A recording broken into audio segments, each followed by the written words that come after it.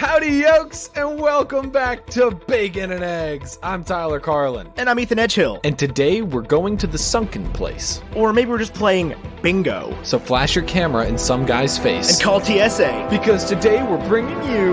Get Out!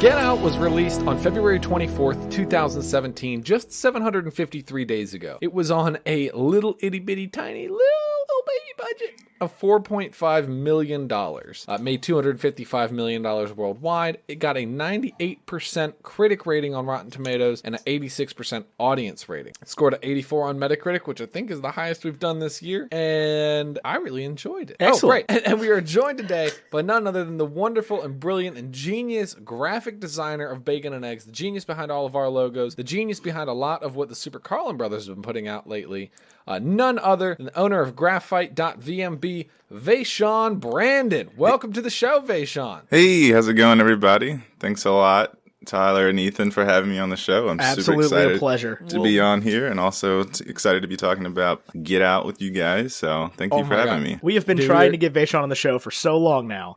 Literally. AKA, we asked him one time before, and he was like, nah.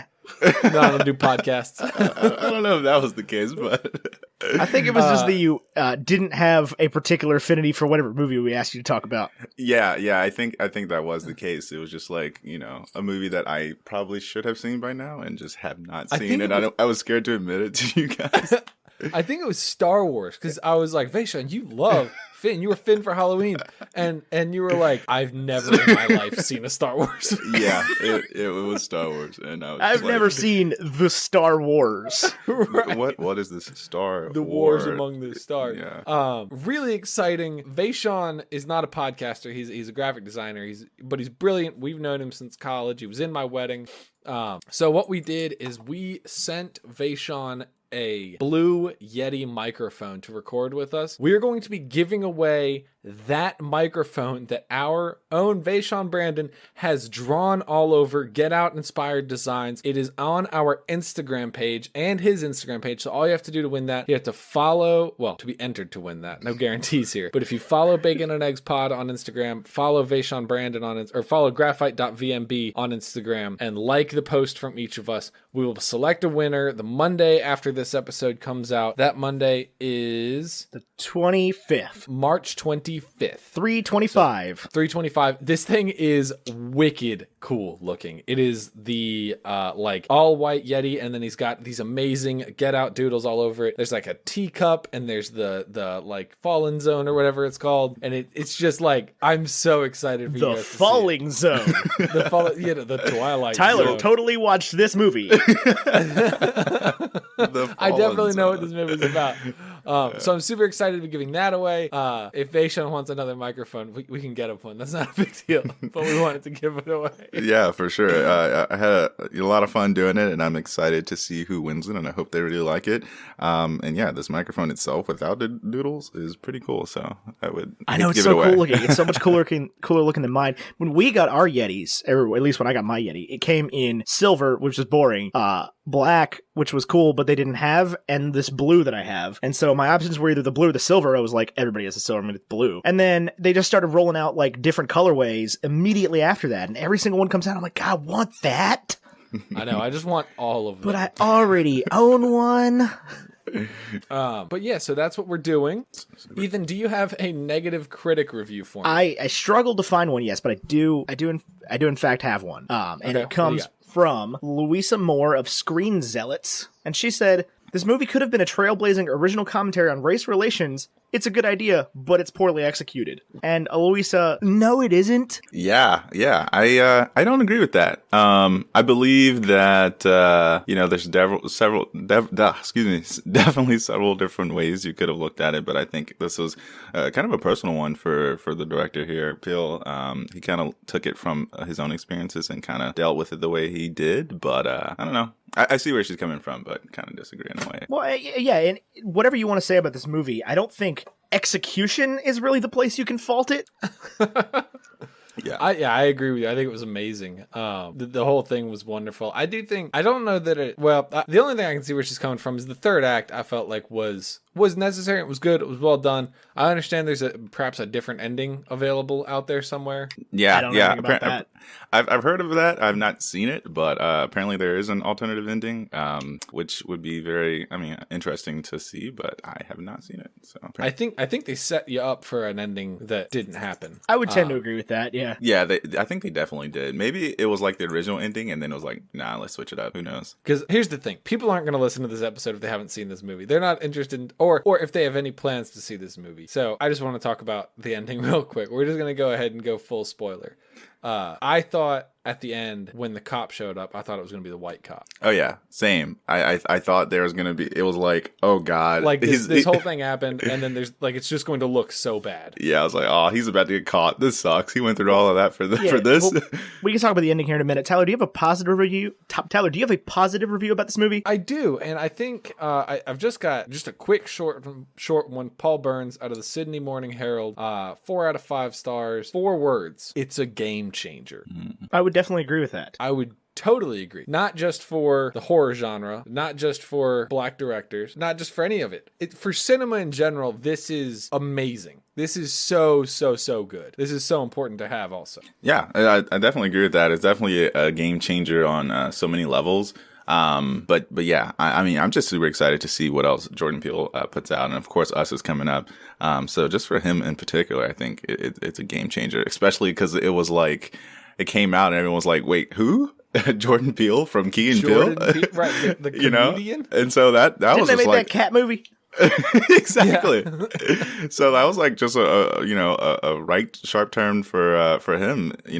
I guess from our perspective, seeing the work that he had done previously. So definitely game changer on many levels. Oh yeah, there's certainly like a tortured soul sort of element to it, where you can sort of see, he's got this amazing comedy, but you can see his comedy was all sort of this commentary, and with this, he's like, I'm just gonna hammer it home. This is what I've been trying to tell you people. Yeah. I think that's very true. So yeah, I think that's definitely what he tried to do here, just kind of on a more serious, almost like doing a 180 or 360 in a way, going completely like horror, versus, just, satirical. So. Right. Yeah. I couldn't agree with you. And it definitely wasn't without its funny moments either. Oh yeah, this movie made me laugh. So like throughout the entire thing, I was laughing, and it's like, hard to do that throughout horror movies, but this one definitely did, because it's just, so relatable on so many levels. For sure. Yeah. So, we got to do binary review. For a binary review, just want to remind you, this podcast and the binary review and everything we do on this podcast is sponsored by Carlin Brothers Coffee. Always a 1. Always a 1. That's exactly right. The best thing to go with any breakfast, Carlin Brothers Coffee. Ethan, what's your favorite way to consume Carlin Brothers Coffee? Hot, and sometimes black, and sometimes not black. Here's the thing. You like it hot. I like it cold. I don't buy the cold brew yet. I just buy the beans.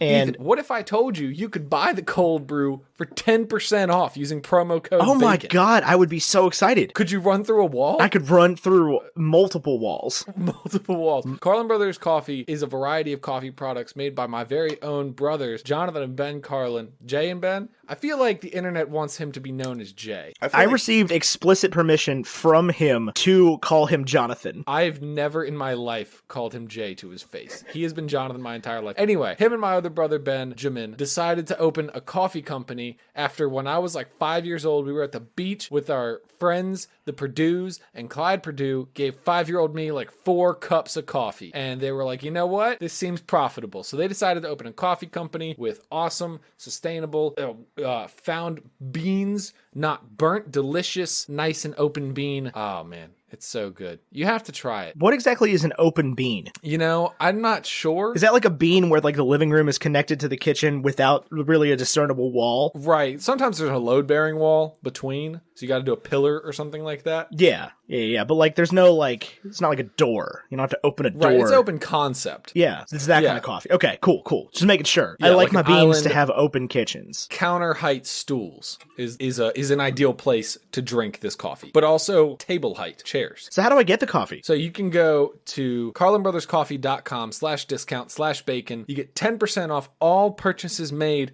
carlinbrotherscoffee.com/discount/bacon using promo code BACON at checkout. You can get the cold brew. You can get the beans ground or in bean form.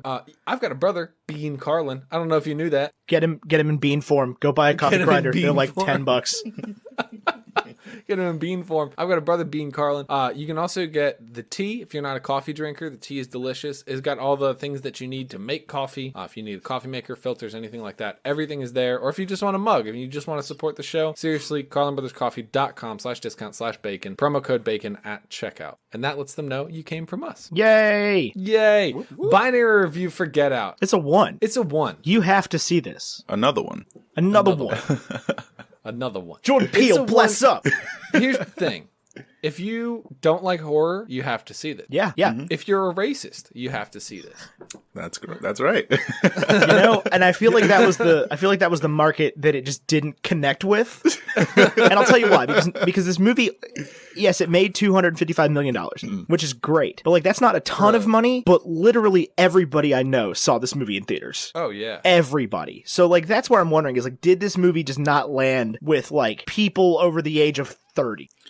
Yeah. That's a great question. And I mean, I wouldn't say that those people are like racist, but like I feel like it didn't really land with anyone who either didn't like horror and maybe thought it was like scarier than they thought it was going to be, or people who just kind of like don't want to go to the movies and get political, if you want to call it political. So I can definitely see why people wouldn't want to see the movie, but obviously I suggest definitely checking it out. Did you see it in theaters, Vashaun? I did see it in theaters. I was actually on a date at the time, so it was, it was a very interesting experience. But yeah, I saw it in theaters and absolutely loved it. I saw it. Oh, sorry, go ahead. No, I was just gonna say for some, there's like certain movies like I want to watch just at home, just by myself, or maybe like with just a few friends. But there's some movies like this one that you just want to see in public just to get the reactions from other people, and like that's the main reason why I went to see this one in theaters. Yeah, definitely. Normally if I'm gonna watch a horror movie, I'm not gonna watch it in the theaters. Like it's not something I want to put myself through. But this movie, I just for some reason I felt like I needed to go see it. I felt like it was important for me to go. It deserves your dollar. Yeah, it deserved my dollar. But I kid you not, I was the only white person in the theater seeing it. In like a pretty full theater, which is always, that's happened to me twice, was for this and Black Panther at the same movie theater in Newport News. And that's always just an experience. Oh yeah, for sure. I mean, it's definitely a more lively audience, I would say. For sure. I mean, there's a fairly well-known and sort of joked upon stereotype about black people at the movies, especially horror movies.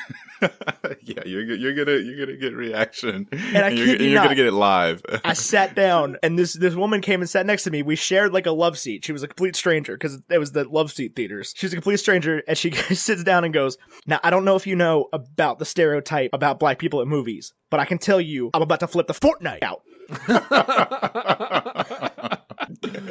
And she did. She was slamming the armrests and like throwing popcorn everywhere, and just like there were people looking at her like, "Yes, that is how we react to movies here." And I was like, "This is the best thing ever. This is how I want to see all horror movies. That's how I want to see all movies. Period." It's an experience on and off the screen. Yes, because it's so true though, and there's plenty of especially black comedians that make jokes about horror movies like that, and it's just so true though, because it's such a like horror movies are such a white people thing. It's always like how can white people get themselves killed in the stupidest ways possible? Yeah, I mean, and even with that, it's like I think there's also like this well-known stereotype that the black person dies first.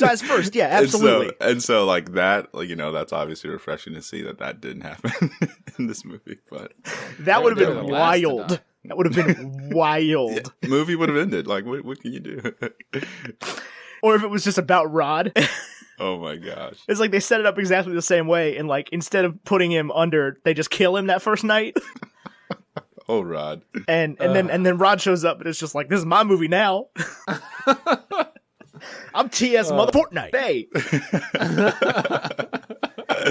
I love that he loved his job. Oh yeah. Oh my gosh, it's important for you to love your job in 2019. Oh, for sure. He didn't. Yeah, he loved it. He was, getting in trouble for patting down old ladies because they were going to be the cause of the next 9/11.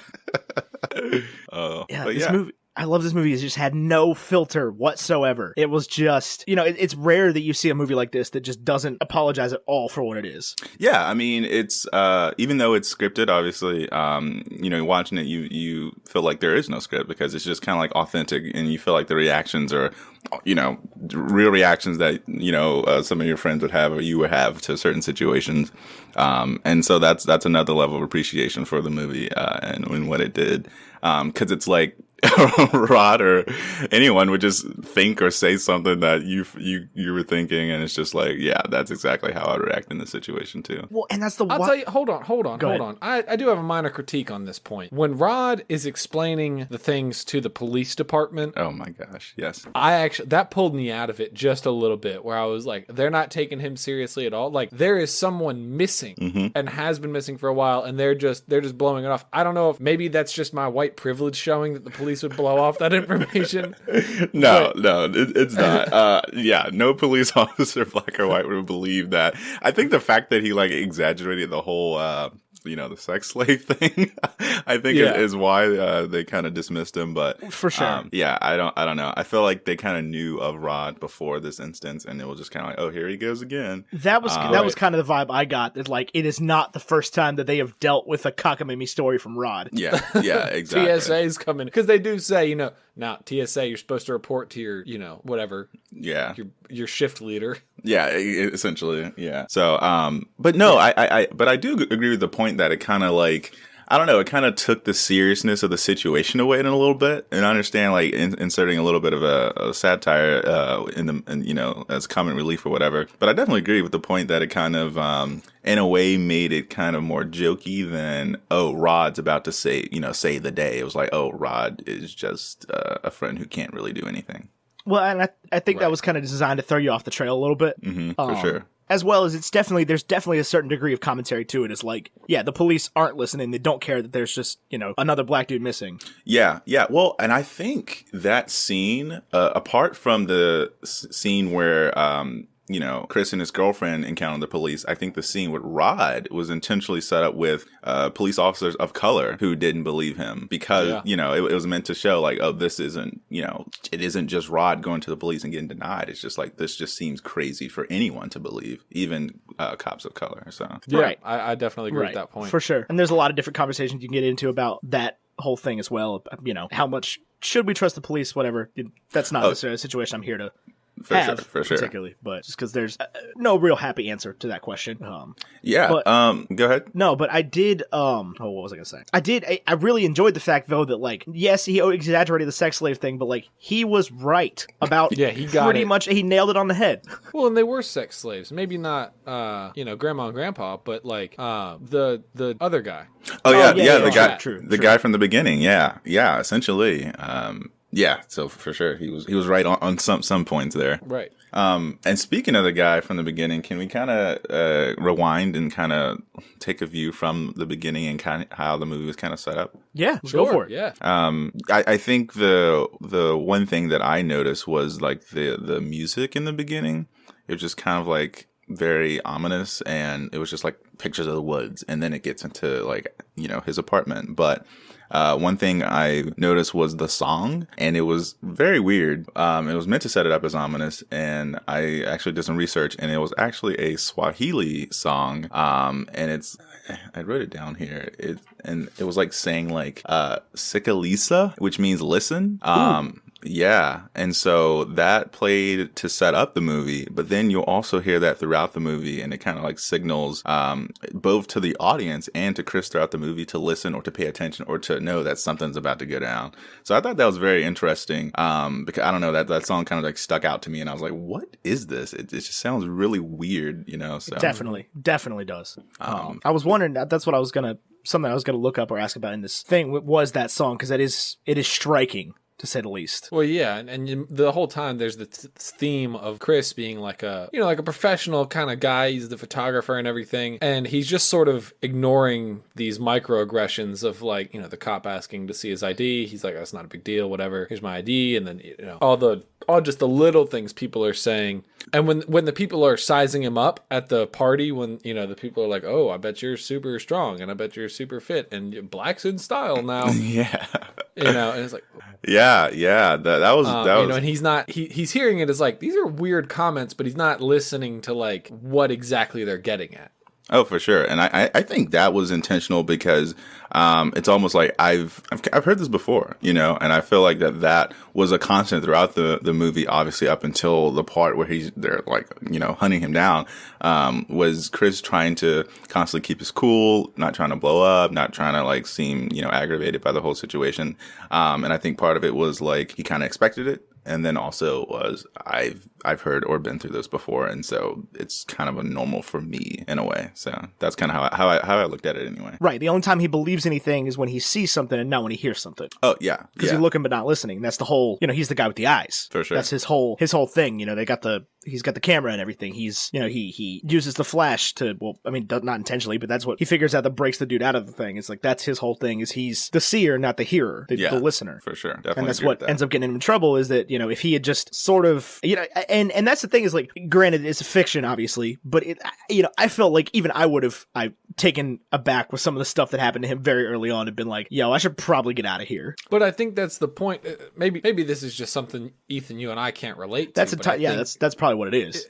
That's just par for the course. Yeah, for sure. I think the movie was set up in a way to make it seem as if they're welcoming, they're warm, and everything's completely normal. But there's this like just very subtle undertones of not aggression, but like just appeasement that kind of played into it. I would have voted for Obama a third time. Yeah, like things like that. It was just like, obviously that was obviously thrown in there, but in situations like that, it's like, okay, I understand why you're saying that, but again, that's just wasn't necessary.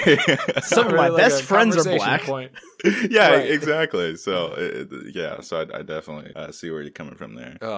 Riddle me this, Vashaun, though. If you had a girlfriend, honestly, a girlfriend of any particular race, and you went to her house and her mom hypnotized you against your will, would you stay in that house? I would not.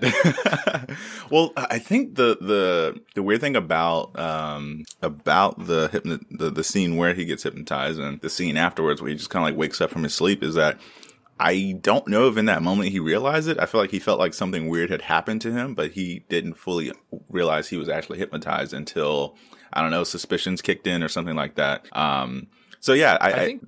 Go ahead, Tyler. I think he pinpoints it when he's talking to the yard maintenance guy, the grandfather, basically. Yeah. And he's like, sorry if my running scared you last night. Yeah. Yeah, for sure. I think that's when he's like, oh, I was actually, I lived through that. Okay. Yeah, as soon as he said that, I would have gone upstairs, grabbed the keys, stolen the car, and gotten the fortnight out of there. No. I think the daughter is the trick, though. That's the because he's never alone is the thing. Right. She's the red herring there. Oh, for sure. Sorry, go ahead. No, I was just gonna say, even if he's not alone, I'm pretty sure she's probably watching, or the others are watching. Well, and you notice they never drew any attention to it, but that first scene, the lion is facing the bed at the retreat house or whatever. The lion is facing the bed when he's going to reach his phone, and he turns it around. If you pay attention to that for the rest of the movie, it's turned back around facing the bed. I did not. There could be a camera in there, or maybe that was my guess, was that there was a camera in there. Yeah, I figured as much. Wow. And like, so here's two things for me though that like I guess sort of threw it off a little bit. And this is any horror movie for me. Is like at some point when you're watching a horror movie, you have to be able to suspend your disbelief for people's horror movie decisions. And I'm bad at that. Like my brain in any horror movie is like, dude, why would you continue to go into the house? Like, why would you keep doing this? Why are you making horror movie decisions? Why are you putting yourself in the position where you're allowing yourself to be trapped like this? Like he's just like, nah, it's cool, everything's cool, like whatever. There's weird white people. It's like, no, they're not just weird white people. This is obvious. Yeah, in a way. I mean, I agree with that up to a certain point. I feel like this movie is kind of set up great in such a way that you can kind of suspend your disbelief or anger in the decisions that they're making in the movie, because it's like, oh, it's just this guy who loves his girlfriend. He just wanted to get out of there, with his girlfriend, and then he kind of figures it out. Versus, I don't know, a cliche horror movie where they're just in a rickety old house and they hear a sound. It's like, oh, let's go check it out. It's not that. It's totally different. He has some stake in this before he figures out that he doesn't. So. And this is a much more realistic example of the things that happen to people in horror movies. The other thing for me is like, yes, she did a great job, but Alison Williams at no point made me believe that she wasn't a total psychopath. Really? I was completely thrown. I had chills all over my body. All over my body. You know how people talk about somebody having crazy eyes? Alison Williams has crazy face. She does kind of have crazy face. Like, she's a beautiful woman, but she is just absolutely has this, like, look or this demeanor of, like, I could literally snap your neck right now and it wouldn't mean anything to me. Like, that's just the kind of vibe I got from her immediately. Yeah, I agree with that. I mean, even when she, like, smiled, it's kind of like, seems like, trust me, I'm your girlfriend. But like, I felt the same way about her in The Sound of Music. So like, it's not just a this movie thing. It's like I don't trust that woman at all thing. Like, gotcha. I was just thinking this movie specifically. I did not have that experience at all. When I did not expect for a second that she was in on it. Well, no, they do a very good job of throwing you off with the rest of her family members, because like the dad is obviously so kind and warm and just like overly friendly. The mom's weird and closed off and like aggressive. Well, the thing they do is that the mom, you think everyone's under the mom's spell. Yeah, that's true. And I think they hit on that specifically when the brother comes into the picture and he like starts horsing around and she like, snaps at him a little bit or like, calls out his name and he stops immediately. And that's kind of like, oh, okay, she's got control of things. But yeah, he's definitely designed to lead you off the daughter because he's clearly insane. Just like regardless of his feelings in this whole situation, it's like he's still that stereotypical dude that's like gonna beat up his sister's boyfriend. Yeah, for sure. And like, that actor's been in like 2 movies ever and he plays the exact same character and he's just this weird looking, like, again, dude just has crazy face. Are you talking about Caleb Landry Jones? Yeah. The dude is in so many movies. Like what? 3 Billboards, yes, The Florida that Project, American Made, Get Out, Queen and Country, X-Men First Class, The Social Network. Wow. Who was he in X-Men? Step Up. Who was he in Social Network? In Social Network, he was a fraternity guy. So okay, either way, he plays like a major role in 2 movies, which are this and 3 Billboards, and it's the exact same character. He plays it well, I would say. He's a creepy looking dude. That's all I'm saying. He's like a Macaulay Culkin type. Yeah, definitely. And this movie was God, words are hard. This movie was cast so well, just from the top to the bottom. Like, I love Bradley Whitford in this, like, again, this overly supportive dad role. I love the mom. I love Alison Williams. Yes. I loved Catherine Keener. Yeah. Stephen Root. Anything Stephen Root is in is good. Is he the blind guy? Yes. And then and then Rod. Really I mean, Rod was perfect. Just the greatest comedic relief the clutch character. Best friend who's gonna be there for you no matter what. Yeah, that was awesome. So I mean, I'm trying to think, as the movie progresses, I'm trying to think about the point to where, Chris just like snaps and he's just like, I already know what's going on here. Like, I gotta get out of here. He knows he can't trust anybody when he finds all the pictures of her dating all the other black guys. Oh my God. Can we talk about that? Like, yeah, the I don't know. This was one of the moments where I was just like, really, how convenient for that. Oh yeah, she's just got this in the little corner room. Yeah, I mean, was it convenient because it was just like a little bit of a plot hole, or was it convenient because she put it there and it was intention? She wanted him to find it. I don't know. What do you think? I think it's that because she realizes the only way he's going to figure out what's going on, the only way he's going to believe what's going on is if he sees it in photos. Yeah, I think that assists with the hypnotism, is that like if he sees it all in photos, then he's like, oh, this can really happen. Oh, okay. I didn't make that connection, but this is a classic like thriller horror movie trope where there's a camera involved. This happens in a bunch of movies, and this is sort of like a digital way of processing this phenomenon. But it's always been in the past where, like, somebody takes a picture or whatever, and they go into the dark room, and they're, like, developing the photo, and there's something Fortnite wacky in the photo. Oh, God. There's a ghost. There's, a picture of the murder being done. But, like, there's no dark room anymore. Like, you just look at the picture on the back of your camera. It's a, 3-inch LCD screen. Like, True, yeah. You don't have that anymore. So now we have to figure out a different way to process that like classic horror movie trope. And I actually really like that. That it was kind of printed out like that. And maybe it was a little bit obvious, but it's like, I guess, sort of an homage. Yeah. If anything. Well, and I think the mom still has a certain level of control there, because when you see the girlfriend later in the movie when she's just like robot mode on the phone with people, you know what I'm talking about? Oh yeah, that's wild. That is a wild portrayal. Holy crap. Portrayal. But behind her is all of those pictures of all the ex-boyfriends or whatever. So I think the way she's able to get into that character so well under the hypnosis spell is that her mom is like convincing her, like, you're going to feel this kind of love. Right. Like, it's not an act for her. Like, she's in love with all of these people. Wow. But that was a crazy portrayal from Allison Williams with being able to keep that straight face while putting that emotion in her voice. Oh yeah. Yeah. That was a wacky piece of acting. Both times I've seen this, I was like, oh my God. Like, yeah, I didn't realize that the first time, but after I rewatched it, I was like, wait a second, is her mouth even moving? Like, what's that? Like, there's absolutely no emotion, but yet you could like feel the emotion just in her voice. And I thought that was pretty cool. Right. Cause when she picks up the phone to talk to Rod, you feel it or whatever. And then it cuts over to her and she's just deadpanned. Yeah. Just completely emotionless. And I was like, holy crap. So, I mean, there's a lot of great acting performances in this movie. Does anybody know how to pronounce the lead actor's last name? I do not. I do not either. Hallelujah. Is it? I don't know. Daniel. That guy.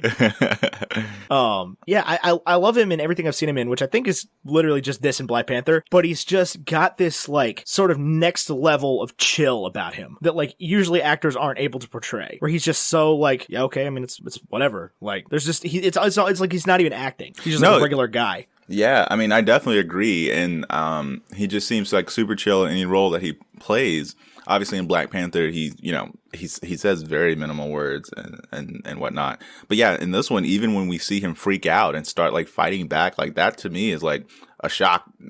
Seeing him do that, it's just like, okay, he's got some fight in him. So I definitely agree with the fact that he constantly has this very chill vibe to him, and he had to do that throughout the movie up to the point where he decided to click. Yeah, until he snaps, and even then he's so decisive and so like cool, calm, and collected, even when he's being hunted. Yeah, kind of tactical in a way. He's able to pretend he's asleep and passed out when the dude's like hooking him up to the IV or whatever, which is nuts. I mean, exactly. To think about that, it's like, and that's definitely I think some sort of commentary about how people have to act, and especially when you see that when he's around the cop, and it translates the exact same way as when he feels like he's in danger, he just sort of shuts down. Yeah. I mean, I get what you're saying there. Like almost even when he feels intimidated or attacked or insulted, he still is able to just kind of keep that demeanor together, keep himself together. And I have to say that's something that I think personally I feel like it also plays to not just him as a person, but also just the character being in the situation of in the setting of Get Out, being able to keep that demeanor no matter what, I think is definitely something that a lot of people of color have just kind of like trained themselves to try to do. Because obviously when you're facing circumstances over and over and over, you're kind of used to it, and so being able to keep your cool even when you're against all odds, I think that's something that plays really well in the movie as well. For sure, absolutely. Yeah, I couldn't. I mean, I can't relate, but I couldn't agree more. Well, and that's the thing I think is so important about this movie is it definitely, and even this time more than the first time I saw it, it definitely helps me relate a lot better to sort of what is going on. And it helps. Oh, yeah. This can I butt in? Yeah, go for it. Like the microaggression commentary is so present and it is so clear. Like there are so many people. I feel like, Ethan and I went to a liberal arts college and we're young people and we're supposed to understand these tough issues. And it's still challenging for us. But I feel like, I have regular conversations with boomers every day who do not get this at all. Yeah. I mean, and to me that it's so eye-opening, so clear, it's so simple, but it's also so horrifying and sad, and like that's the state of things. Yeah, for sure. But no, I think this movie definitely made it relatable on both sides. I think what's funny is that it had to make it very blatant for people to be like, oh, okay. Now I get it. And we talked about how Peele wanted to just hit a home run with it and be very direct with it. And I think that was his way of doing it, was just as making it as blatant as possible. Some of them microaggressions, some of them just flat out like racist comments throughout the movie. Right. But yeah, it just makes you think about it and make you look at it in a different light, and all within the scope of a horror movie. And so it played really well, I think. For sure. And on the subject of what we were talking about earlier, there was an alternate ending. This is not the quote unquote original ending that Jordan Peele wanted for the movie. He changed his mind, I guess, during filming. But originally the plan, and I think this ending was shot and is released. But essentially, Chris, instead of Rod showing up, Chris gets arrested, not by the same cop that showed up to begin with, but by different cops. Chris gets arrested, and they're taking his statement and figuring out about the murders and everything. And they wanted to go back, and apparently they wanted to go. The cops wanted to go back and check on the house, see what's going on, and Jordan Peele had him basically say, no, everything's good, I handled it, nothing's going on, like, y'all don't need to go back there, I just don't want to be tried for anything, like, because apparently, he was saying that that's how it would have gone down in real life. Yeah, I don't know if I would have liked that ending. I feel like I'll have to watch. Hopefully, it's out there somewhere. I'll definitely want to watch that because it'll be interesting to see. But I really like the ending that was actually there. I think it kind of threw everyone for a loop, and it also kind of gave you kind of a little bit of a joy at the end to see Rod show up and be the superhero that he wanted to be all along. Using his TSA skills and seeing him actually like just being able to get back to. Well, because you literally expect the cop, you see the lights flash and the siren, and you expect Chris to just be shot, basically. Oh, yeah. I mean, I was expecting that's 100% what I thought. Yeah, I was expecting some police brutality. If not even by the original cop, just by any cop who in this neighborhood just saw, an African-American dude strangling a white girl. Oh, yeah, for sure. Yeah, that was, and then she like starts crying out for help, and I was like, oh my goodness, no. And you can stop it. And that's the lead actor's great skills with this, is you could just see in his face just the absolute, resignation that he's like, all right, well, this is how my life ends. Great. Yeah. I mean, I broke out of this house just to get shot by a cop. This is awesome. No, yeah. I mean, I feel like that wasn't the first time we saw him just kind of resign to the situation at hand. When he was like tied up to the chair and the guys in like the TV screen explaining, oh yeah, we're going to like cut part of your brain out. He's like, and you're going to be me. It's like he kind of gave up at that point a little bit. And he kind of like just felt like he couldn't do anything about it. That's such a wild premise for this movie too, is I was just not expecting any kind of like, I don't want to say supernatural, but any kind of like sort of impossible things. Yeah. Some pseudoscience, because obviously hypnotism doesn't work like that. Hypnotism does work. Not like that. Not like that. No, not just like where you can, bang a teacup and it just makes somebody your eternal slave. Yeah. I think the movie did a good job of, I don't know, almost convincing people that is a thing. Like, not necessarily that that's exactly how it worked, but the idea of just being able to have people under your control, can work that easily, and how manipulative that, people can be to get to that level. Right. And this is also 100% not how brains work. I do think it's an interesting commentary on photography of today, that even if you're a professional photographer, you would not dream of bringing a flash for your camera. What do you mean? I was just making a joke about how, like, the way he breaks the people out of it is with the flash on his cell phone camera. And he's a professional photographer. You don't have like a flash you can attach to the top of that camera. What's interesting about that particular camera as well is that they used, so he had like a pretty large like zoom lens on it, and the zoom lenses for those cameras are usually white. Yes. The especially the Canon ones. So they gave him like an incredibly cheap lens for him to be a professional photographer, just so he could have an all black camera. Which I thought was very interesting. It's something I did not catch last time I watched this movie. It is something that definitely a filmmaker would have done on purpose. Like somebody who absolutely did on purpose with cameras for a living. Absolutely did on purpose. Yeah. Did not catch on to that. There you go. Well, so I actually the Canons are white lenses. Well, just the telephoto lenses like that. Right. But yeah, I actually read a couple reviews for this movie that mentioned that exact fact and talked about how, like, they wanted him to have this, his camera was his tool to kind of like nose into these people's lives, and he used it obviously more for observing things than he did for just taking nature photographs. Does he take a picture the whole time? Yes, he takes a picture on his cell phone of the guy. Well, I mean, he was taking pictures with the camera that morning when all the people showed up.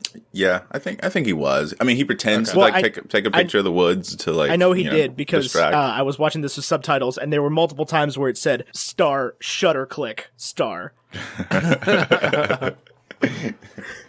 Yeah, I think he took a couple. But yeah, if you want to read a very interesting review about this movie and about specifically about Chris's camera, you can go to the New Yorker and find Richard Brody, who made some very interesting arguments as to why as to why Chris had the camera, and specifically why he was given a black lens for the camera. I understand it's a pretty inappropriate review. It is fairly inappropriate, but it is worth a good laugh if you are into that kind of thing. Just about how one old white dude viewed this thing. Because he loved the movie, but he was basically just was like livid about the camera. he wasn't livid, he was just very lewd. Okay. That's an awful noise. Who did that? Oh, was that Vashaun? No, that was me. That was you? Yeah. What was that? It is the leather on my chair against the veneer of my desk.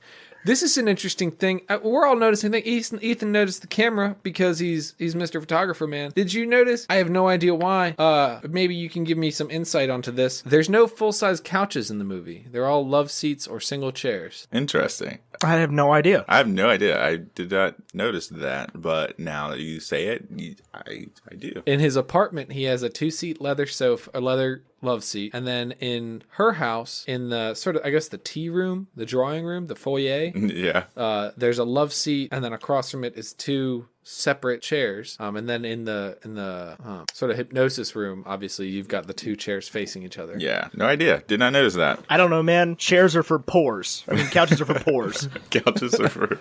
It's true. You spend. I mean, the love seat technically costs less money, but not enough that you would be like, oh, I'm saving money buying a love seat. Speaking of couches, couches, more per seat. Yes, Tyler. A love seat is $20 less. I don't know. I mean, Chris's apartment is just more immaculately Sweet. decorated than any space that any mid-20-something would ever have, ever. He's 26. He's my age. Yeah. Ethan's age now. Happy birthday, eggs. Ethan's age, and I do not have that kind of eye for decorating things. You don't have that kind of eye for photography either. No offense. No. That dude took some awesome pictures. Yeah, no, definitely not. He's a professional photographer. For sure. Can I tell you something? Using a $249 lens. Yeah, what's up? I think a different photographer took those pictures. Yeah. Because he's a fictional character. Yeah, he's a fictional character, but I disagree. he's got the eye. Well, I think the fictional version of him took those pictures. I don't think the actor took those pictures. Yeah. I could be wrong. Do you know something I don't know, Vashaun? I don't actually. But yeah. Great photography. Well, I feel like I read more than one review that talked about Chris's camera and his photography skills. I think that one of them would have mentioned if they were like, and Daniel Kaluuya, I really don't know how to pronounce that. I think it's Kaluuya. Kaluuya, if I'm doing it wrong. Danny K. That guy. Danny Boy, that guy. If he was like a world-class photographer, I feel like they would have said, he's a world-class photographer. Well, he's the kind of guy always that go into the he's the kind of guy that has type stuff. Giant prints of his own pictures on his own walls. You never taken a picture you were that proud of? Not yet. I also do not own a printer that will do a picture that large. You just go to FedEx Ginkgo's. Yeah, and they're not cheap. No. You just don't take enough pictures of me. There's your problem. You are busy all of the time. We never hang out ever. All of the time busy. Yeah. When are you going to take a picture of Ty walking away in the distance? Yeah. I have these pictures of Ethan walking away.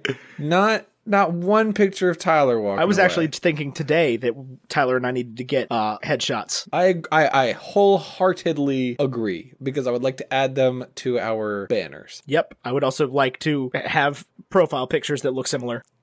Oh, yeah. I think, like for Twitter, I think that would be a solid move. Indeed. And that's something I could probably knock out in 5 minutes. Did you know, this is a fun fact, that my Facebook profile picture from January of 2018, I still had a goatee. I didn't even have a beard yet. Yes. Is that really how old your Facebook picture is? Yeah, January 4th, 2018. That's not too long ago for a Facebook profile. That's like a year and a few months. A few months, yeah. Mine was not that long ago. I don't remember what mine was. I also forgot which one was my profile picture. It's the one at the top of your page. Anyway, Tyler, if you want to top. stand on a bridge and let me take a picture of you walking away, I can do that whenever you want. Again, it'll take 2 minutes. 2 minutes, huh? Yep. I like the sound of 2 minutes. 2 minutes. That's all you need. So, what was y'all's favorite part of this movie? I'll be honest. Can I tell you something? Yeah. We haven't talked about this yet. As film fans, as film lovers, movie lovers. What is this? A movie lovers podcast? I have always had an aversion to the horror genre. Okay. Yeah. Never been a fan. There's been a few movies that I've liked. I liked A Quiet Place. I liked Thoroughbreds, which I wouldn't have said was horror until I saw this. And if this is horror, that's horror. I'm just going to have to put it that way. And there was a listener question.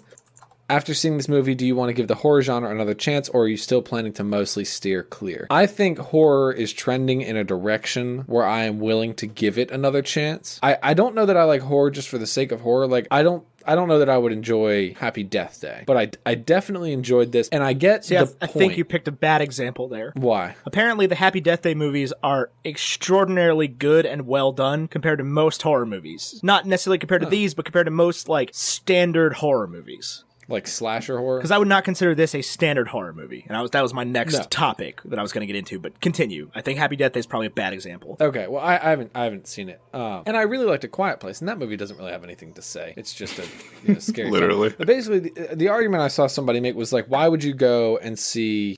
they said, I like to see comedies because I go to see them to laugh. Why would you go to see a horror movie? Because you go and see them to feel scared. Like, you're tricking your body into joy with a comedy and fear with a horror film. And I've never understood the appeal until probably the last year of watching films. And if the point of a movie is to evoke emotion, this got my whole entire body involved with that. I was getting like chill bumps to my toes, to the top of my head. And I was watching it on my iPad in the middle of the night while my wife was sleeping. And she like gave me a little tip tap, hey, I think someone's in the house, while I'm in the middle of watching this movie. Okay. And I got headphones on. And yeah, your head exploded through the roof. Right. I was like, okay, they can have everything.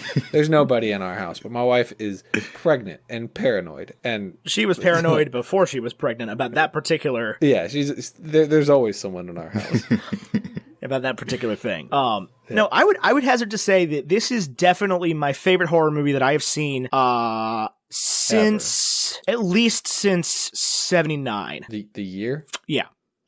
You were born in 93. No, but this is the most recent horror movie that I've liked. I would say I really liked this. I really liked A Quiet Place. I really liked Thoroughbreds. And then before that, I liked because I am The Birds, Jaws. So that was my next point that I was going to make is like this is much more reminiscent of thrillers and suspense movies like Alfred Hitchcock movies, like The Birds, like Psycho. Yeah. And that art was dead for a long time because once they made The Exorcist, and that was in the 70s, people were like, oh, we can just do jump scares and that's the whole movie. And I hate that. That is the most cop-out thing I've ever seen. And so I think that we're trending back in the direction of like the horror blockbuster where like actual directors are making horror movies again. Yes. Like actual filmmakers. It's not just like a cop-out like, oh, I've got, 2 weeks and $100,000. Let's make a horror movie. Yeah. I definitely agree with that. I actually enjoy horror movies. I don't know. I kind of like the suspense and the thrill and obviously the emotion to them. But I think we are making a turn, like you said, Ethan. Well, yeah, that's the thing is like this is a 98% Rotten Tomatoes. Us has a 99% just down from 100. Comes out in 2 days. Like this and Quiet Place did very well. Nominated for awards. People loved the new It. People are excited for Pet Sematary, the remake coming out. People are excited for the next It remake coming out. It's like this is I think that we're reaching another like point where horror movies are an actual genre and not just something to be written off immediately. It's not just Paranormal Activity 27. Exactly. Or Saw 13. Right, Yeah. Saw 13, The Conjuring 9. Exactly. Following up on that though, Ethan, do you think that horror will become a regular genre on this show? I don't know. I have no idea. It depends on what comes out. I think it depends upon what comes out. I don't unless we start doing classics, I don't foresee us doing anything from our lifetime in horror for the most part. Oh yeah, I cannot think of a movie made between 1993 and now, 2017 that I would want to do as a horror movie. I would love to do some Hitchcock. Love to. Right. Those are some of my favorite movies, but that's, that has been labeled horror sort of post-mortem. Well, and I'll say this, as somebody who's not like a very well educated in the horror, thriller, thrasher, suspense films, I'm lumping all of those into horror. I'm just putting that title on everything. Well, yeah, and a lot of people do. Sure, I'm getting the terminology wrong, but you got to understand from my perspective, they're all the same thing. For sure. Now, there are certain exceptions to this. Like, I love like zombie movies. Like, I loved I Am Legend. Yes. And a lot of people would consider that a horror movie. It's got a lot of the same mechanics. It does have jump scares, which I don't like. Yeah, there's really only like one scene in that, though. What do you mean? With the jump scare. There's more than one. Is there? Those things tend to come out of nowhere. And that's what I loved about this movies, it did not rely on that. It did not rely on like, ooh, scared you, buddy, fucking gotcha. Yeah. There was a few of those moments. There was when the deer hits the car, my heart stopped. The deer hits the car. And I knew it was going to happen. Oh, Georgina, yeah, when she's creeping through the house. She's the creepiest part of it. Yeah. Anytime Georgina's on screen, I'm scared. Well, I mean, and I feel like when you're an up and coming film composer, horror movie is like your bread and butter. You're like, I got normal music, maybe kind of suspenseful, and then stab, and then back to normal. I also think when Grandpa was running in the yard, that was a very weird moment. I don't know, because it's like you're like watching the scare come, and you're still scared even when it happens. Well, and that was the most, between that and the time when he turns around and sees the woman in the window, which I guess is pretty much the exact same scene. But that is the most like stereotypical horror movie filming of the entire movie, is when like you see Chris, you see his viewpoint, there's nothing off in the distance, you see Chris again, you cut back, there's a guy running. Yeah. And it's like you open How to Make Horror Movies for Dummies. Page 1. Do that at least 3 times. But I think that scene's actually important. I mean, although it kind of like, I don't know, a lot of people, I read a few reviews that said like they don't see like how does that even fit into the plot. But I think it fits perfectly, because I think that's one of the few times that Chris kind of goes beyond his suspicions of, Georgina and the yard worker, and actually sees them acting outside of, just, serving tea or, chopping wood. And so I thought that's why that scene was pretty important. Oh, for sure. It's definitely one of those moments where he's like, okay, something is going on here. Yeah, exactly. Normal people don't do that at all. Right. Well, and it also, I think when you come back around to watch it, it gives you something to say like, oh, the yard worker guy is running because he wants his body to be in top physical condition all the time. Like that's just part of his thing, is that like part of the reason they want black people is because they're more naturally fit. So the movie says. And, she's looking in the mirror admiring her beauty, and you find out later on that she's the grandmother. So now she's this, young, beautiful black woman. It sort of makes it make a little bit more sense to me. For sure. Mm-hmm. I do think when Georgina turns and looks out the window and notices him on the camera, my heart literally stopped. Yeah. I was like, she's about to show up 1 foot away from him. And he's going to die. In the next second. Yeah. In that moment, you thought like she was a monster. Like, oh my God. Yeah, that was definitely the moment where I was like, that was definitely the moment where I was like, okay, this is where it turns supernatural. Mm-hmm. Yeah, exactly. That's kind of what I thought as well. Speaking of Georgina and Grandpa, which I forget his name in the movie, but the moments where you see them struggle with their actual being versus just being grandma and grandpa, I think those parts were very interesting. The one that stands out the most was Georgina, when she like starts crying and she's just like, no. Oh yes. I know exactly what you're talking about. When she finds him Walter is the name of the yard worker, the grandpa. Yeah. The moments where, the surgery or whatever breaks are crazy pants. Yeah. Like when the person sort of sitting in the back or in the fallen zone, what is it called? Sunken place? Sunken place. Sunken place. Fallen the person zone. In the sunken place starts, screaming, basically. Yeah. Those are... Right, because the original person's still in there. For sure. Right. And obviously the clearest example we see of that is when he takes the picture of the guy and he, his nose started bleeding, which is just insane. And then he like yells, like, get out. Like, you gotta get out of here, man. Like, yeah, and I think that was the most powerful line in the whole movie when Chris is like, no, I didn't recognize him. I recognized the guy running at me. Yeah. Yes. And it's like, Fortnite. Okay, I see where you're coming. That's a powerful piece of dialogue you got there. Yeah, he's like, when he came to attack me, that's when I felt like I knew him the most, or, something to that extent. And then obviously a little comic relief was that he goes like fist bump the guy and he grabs his hand. And he grabs his hand and shakes his hand. Yeah, the whole turkey thing. That definitely was just something that... Quick question. Is that the dude from the beginning? It is. So he's the guy who literally gets kidnapped in the beginning, which, I was kind of like waiting to see when I first watched this movie. I didn't make the connection until later. But I was waiting, like, okay, what does this have to do with anything else? And then you find out that that's the guy. I knew it was the same car, so I knew there was a connection. Yeah. It wasn't just this like weird sketch at the beginning where black people getting abducted. Well, the thing is he has a beard in the beginning. Yeah. Yeah, I think they do kind of a poor job of kind of making that more well known. I agree with that, actually. I think that it's kind of whack that, like, he doesn't look like himself. Like, yeah, and I think that's intentional, but also kind of a poor imagery from the audience point of view, because it was hard for me to make that connection.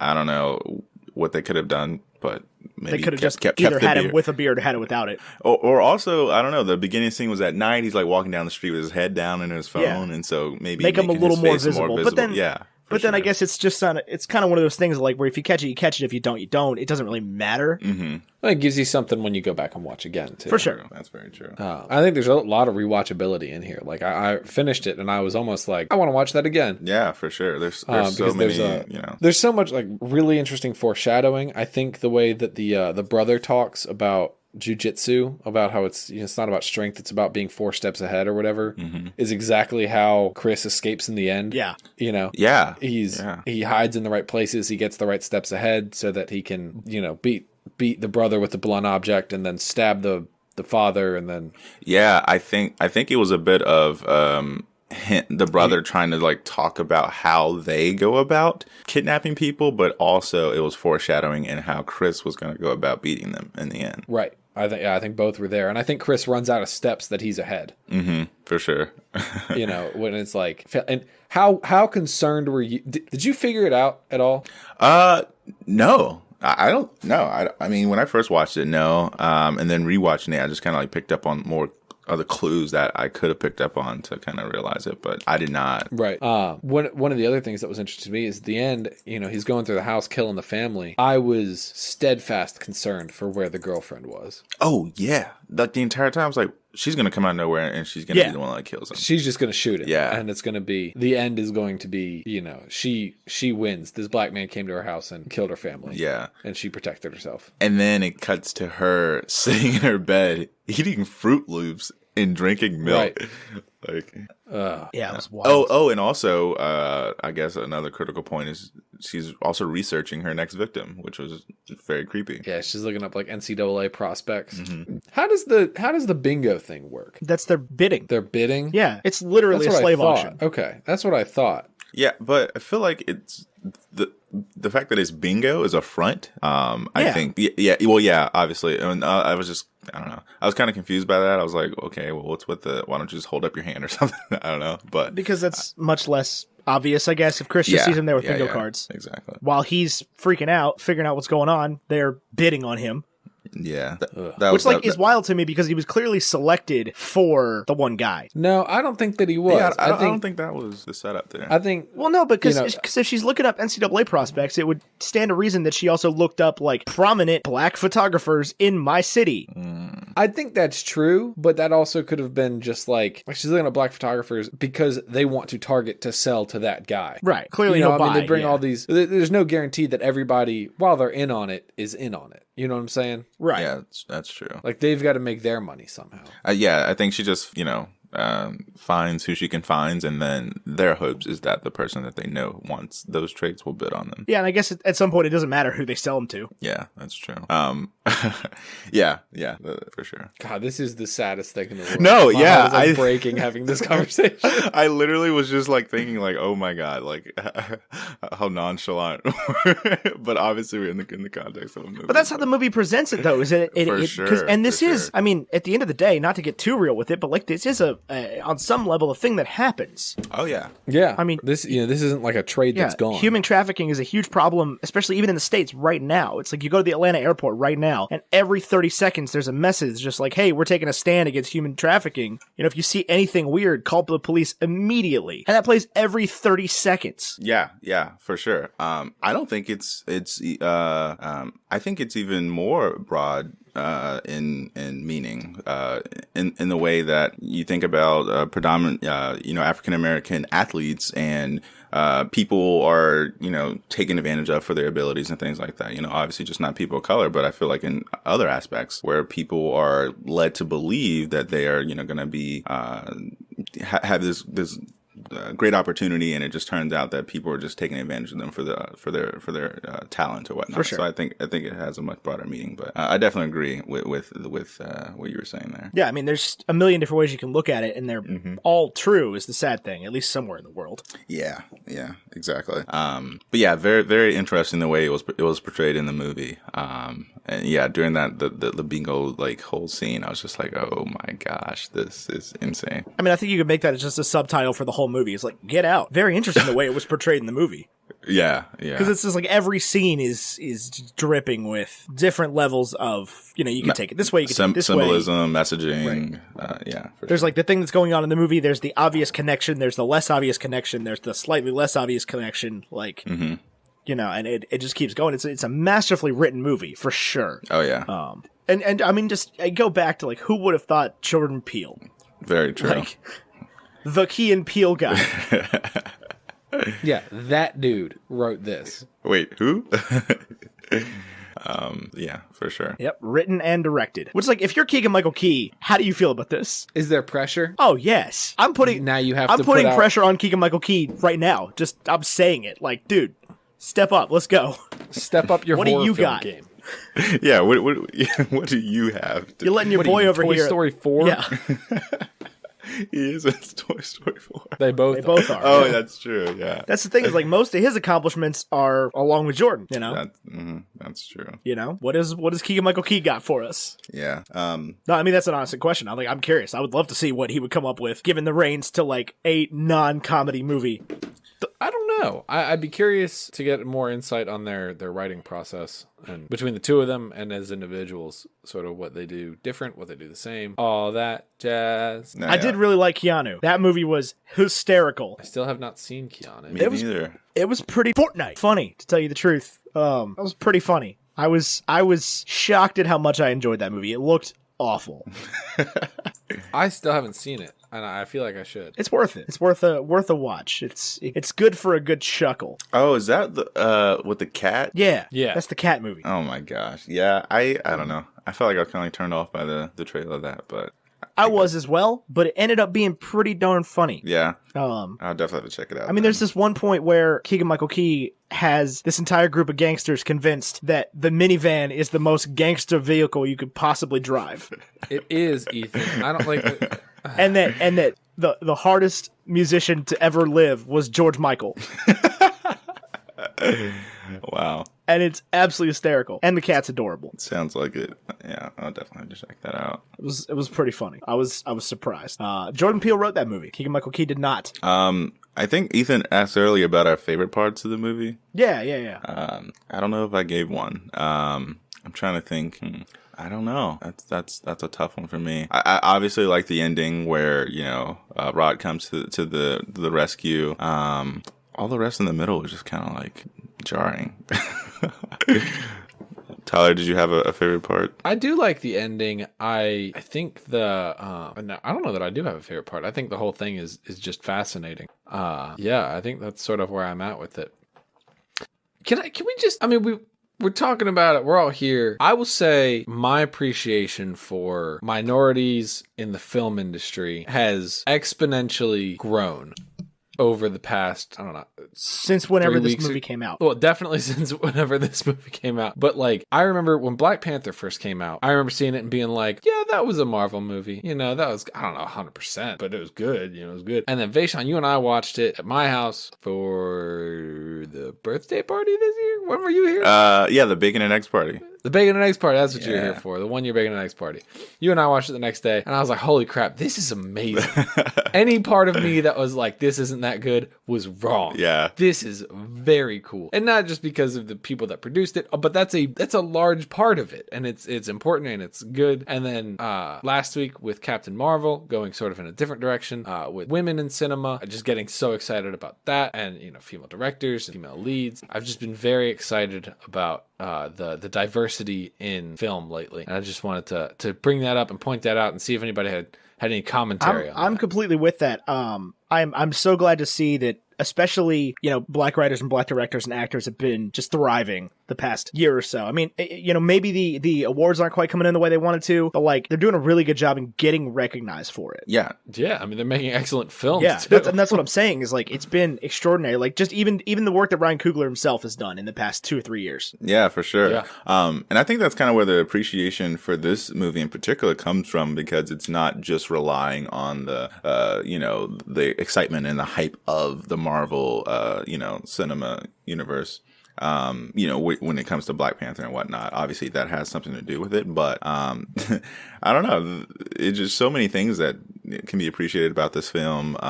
Like we talked about earlier, just like the total out of the blue of Jordan Peele, being able to do this. And then the way it's able to portray, in a very authentic way, some of the experiences, that Black people have. And then also just being an overall good film, for everyone, essentially. And so definitely appreciate that, and love that about this movie. And then talking about other movies with people of color kind of taking the lead. Obviously very appreciative of that, because it just opens up the space for a more authentic feel, but it's movies for everyone. It's definitely movies for everyone. It's just as important for me as a person of color to see people doing well of color as it is for everyone else, because it just gives a different perspective, and that just enlightens people and opens people's eyes, and that's always a good thing, I think. So for sure. And I mean, people are taking notice. Yes. Like Spike Lee was nominated for Best Picture in 2018. He didn't win. Yeah, with a film with the KKK in the title. Man, have y'all seen that movie? It's so good. Oh my god, Vashaun, have you seen that movie? I have not seen that movie yet. I definitely need to see it. Yeah, Black Klansman. Holy shit. I don't love to get into the debate of like what should have won Best Picture, but like that should have won Best Picture. It was so good. And a lot of people, Spike Lee got a lot of crap for the way he responded to not winning.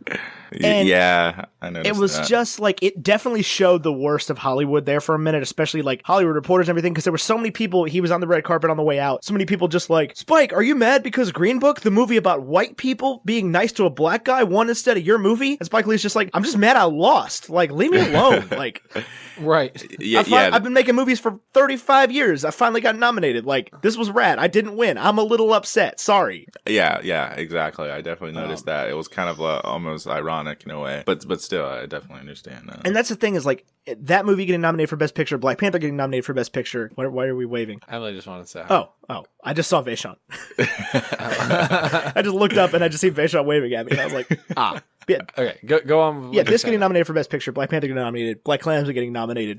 I'm sure Us will get nominated. It's making people that wouldn't normally take notice, and it's in ways that maybe it necessarily shouldn't, but like they'll get there, because like I've had a bunch of people be like, "Oh, I loved Black Klansman. It's such a great movie. Adam Driver did such a great job," and I'm like, right, you're right there. Like, you're so close. You're right there. You'll get it. You'll get it. It'll sink in. Give it 2 weeks. It'll sink in. You're gonna want to watch it again. Yeah. I promise. And I think with that whole thing, we've seen a lot of filmmakers, actors, producers, everything like that on the people of color side of things. I think the next industry that probably needs a little facelift on the diversity is film critics. Yeah. I think that, like Ethan and I are sitting here, two young, straight white males. We add to the conversation, but I think most of what we say is noise. I think that we have nuanced ideas, but I also think that we can't possibly have the perspective necessary to speak for all people, right? In the world of film review. And so we actually try to go out and find people to help us understand where we lack, instead of just turning in an article being like, yeah, it was cool, but like I'm not black, so like whatever. Yeah, it didn't have anything to do with me. Exactly. And that's why I think it's just as important. Obviously, I hope that the movie critic world does become more diverse, but I think it's just as important for people who aren't of color to engage and watch these movies as it is for people of color. If not more important, because in a lot of ways, just to put it bluntly, they have a little bit broader of a voice and influence in certain circumstances. And so now that other people are being able to have that as well, obviously is very important. So So yeah, that definitely makes sense. For sure. And this was definitely like a movie where, it was made, at least in some part, for white people to listen and pay attention and see some side of it that they wouldn't normally see. Whereas a movie like Black Panther is very important for the reason that it gives, especially young black kids in America, it gives them that opportunity to have a superhero that looks like them. And the same thing just happened with Captain Marvel. It's like now you've got these two complete groups of people that had never had that feeling before. That are like, there's a superhero that looks like me. Yeah, I mean, I think obviously this isn't a Black Panther review, but it does a great job of like juxtaposing, starting off in Oakland and then going to Wakanda, where they're like their royalty and their family and they're taking care of each other, and so being able to see that as well, that is just as important as just being able to see yourself as a superhero, being able to see yourself as someone outside of that Oakland experience that they try to portray in the beginning. For sure. Yeah. And then I guess for Get Out, kind of did the same thing. Obviously, it turned into horror to teach a lesson, but also it very well can bring a presence or a meaning behind interracial relationships as well. So, I've got two questions here. I'm going to ask them both first so I don't forget them. First, does this help or hinder interracial relationships moving forward? Two, Ethan, at any point watching this film, did you feel personally victimized by Jordan Peele? Yes, I think it definitely helps. I think that as long as white people are actually going to see movies like this and opening their eyes to movies like this, me included, like I've grown up so much just especially in these kind of conversations since I saw this movie, and not necessarily as a direct result, but it sure as hell didn't hurt. It's like I think it's definitely important. I think it's definitely going to continue to help things, and as long as Jordan Peele keeps making movies that people go see, as long as Ryan Coogler keeps making movies that people go see, like that is the most important thing. Keep giving a voice to those stories is the most important thing. And was there any point where I felt victimized? No, not at all. I don't think I ever felt like, wow, he thinks less of me. But I think there's lines in the film where, like, tragically relatable. Like, I've definitely caught myself saying things like, I would have voted for Obama a third time. Which I think you're just bringing that awareness to, like, I know you think you're being helpful, but you're actually not. And that's the real thing, is like, that is that is the worst scenario that a lot of people partake in daily, is that, like, that forced relatability, that like I have to find some way to level myself with this person. And it's like, Vashaun, does that kind of rhetoric help at all, or does that hurt? Or like, honest to God, like, give me your true opinion. Like, where? No, yeah. So do people say that to you in real life, like stuff like that? oh yeah, all the time. And I think that it's important. So first of all, I'll just answer Tyler's first question, which helps or hurts interracial relationships, and I think it definitely helps because it brings about a conversation. And that's always important versus, putting things on the back burner or whatnot. But I think it also allows for both black and white people to take a lesson in the context of a movie versus, I don't know, because it kind of sets up a scenario. It sets up more context in certain circumstances, and it gives you a way to kind of step back and look versus being able to just experience it from a very personal point of view. So, I mean, that has its ups and downs, but yeah, I definitely have experienced that a lot, whether it's microaggressions or, things such as, I voted for Obama as well, or I support Obama. And in cases, it definitely can hurt because I feel like, what that does, it in that moment, you're not trying to relate to me. Well, you are from your point of view, but in my head, it just feels like you're making an assumption about me and you're taking it and painting me with a broad brush. And so in certain circumstances, it can hurt because it's just a microaggression, or it can be perceived as just an assumption that you're making about me because I'm black. I must like Obama too. Now that's, I mean, there are worse assumptions you can make. Yeah, they're wrong.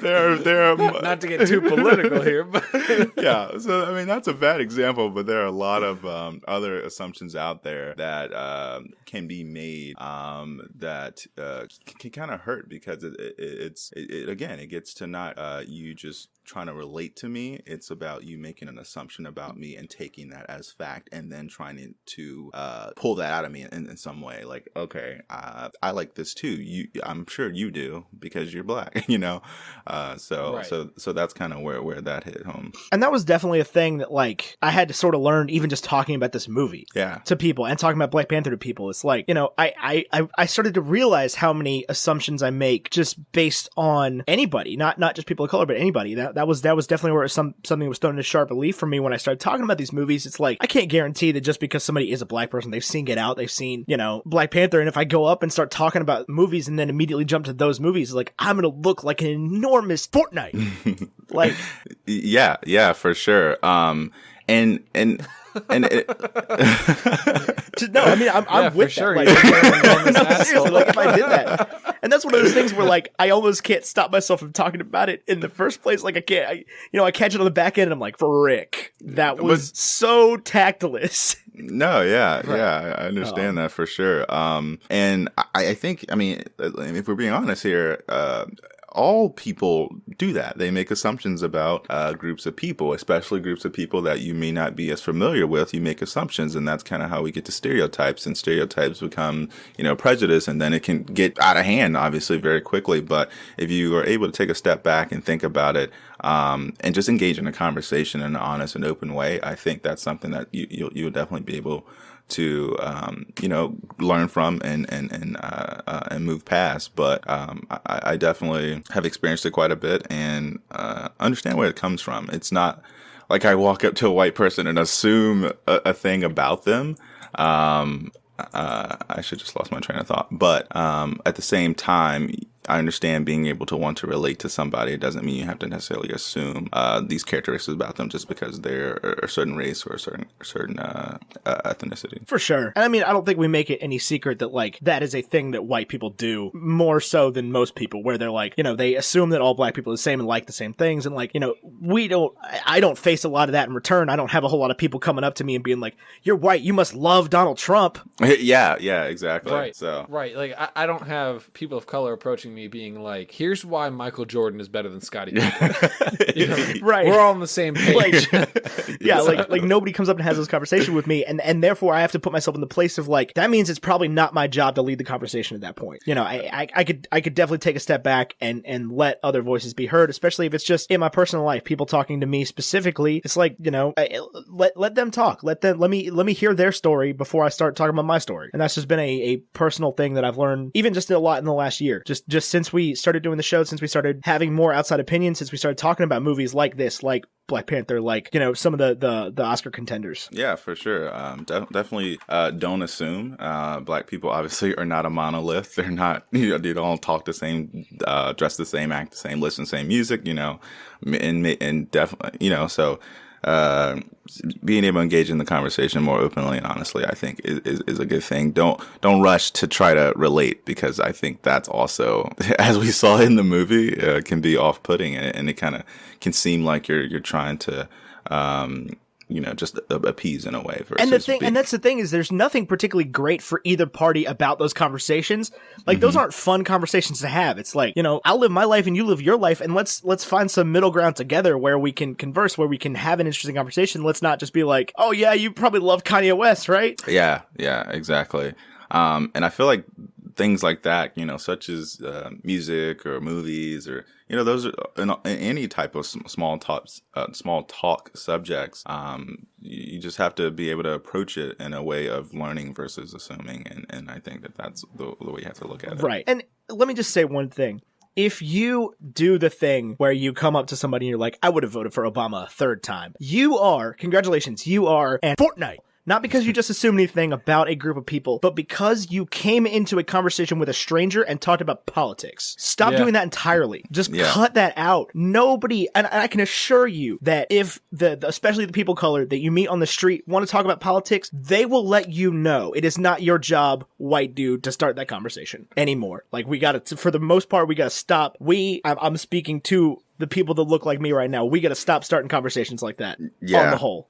Just kind of jumping the gun. And I will say, you know, not just on the Obama comment, but any kind of blatant, like, jump to certain touchy subjects or subjects that you think are okay in certain situations, I think also kind of dismisses my humanity in a way. It's just kind of like you're just trying to get to this thing to just make a point versus, you know, just being able to have a conversation and being able Right. to actually just like talk about my day and what I'm doing, so Listen, the way I was raised was not to talk to strangers of any race. Period.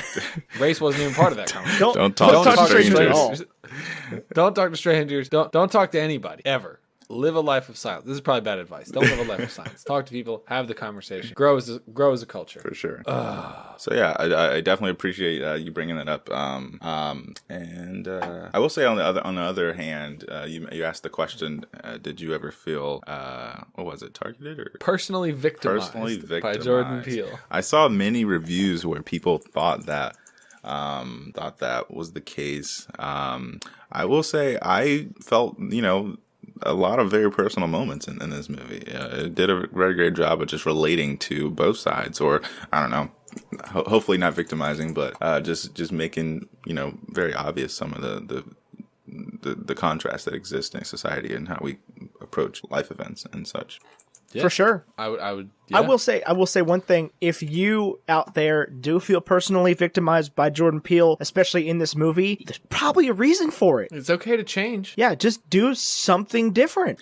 Yeah, I mean, I think a lot of people feel uncomfortable having these types of conversations, and I just hope that people know that if they don't engage the conversation, then they're going to continue to feel uncomfortable.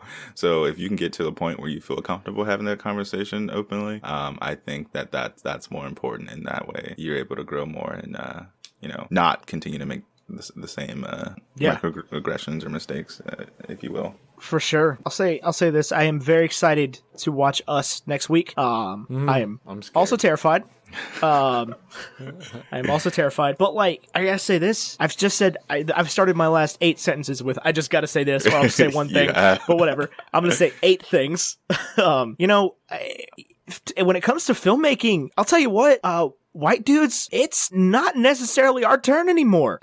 Because there's a lot of people that are making really, really good movies that don't fit that standard director demographic. I mean, the last 5 of the last 6 best directors have gone to specifically Mexicans. You got these movies coming out. You've got Ryan Coogler movies coming out. You've got a Marvel movie made by a woman that's made $779 million in the last 10 days. It's so good too. It's like we had our minute, man, and now it's time for us to move over a little bit, and we as a whole need to stop being upset about that. Here's the thing. Here's the argument I normally see. I think the approach people want to see is if 10 out of 10 great movies are made by straight white men, then let's make 20 great movies and give the other 10 to minorities, people of color, women, etc., etc. But there's only so much room on this stage. Right. And look at the movies that get nominated for awards, specifically the movies that do really well. It's a lot of it is turning the other direction. It is. And that's such a great thing to see, because we're getting so many different voices. We're getting so many different bright and vibrant stories being told. And that's exciting. Yeah. I agree. But I will say, it's definitely not a zero-sum game. I don't think just because we have more diversity that there should be less white men.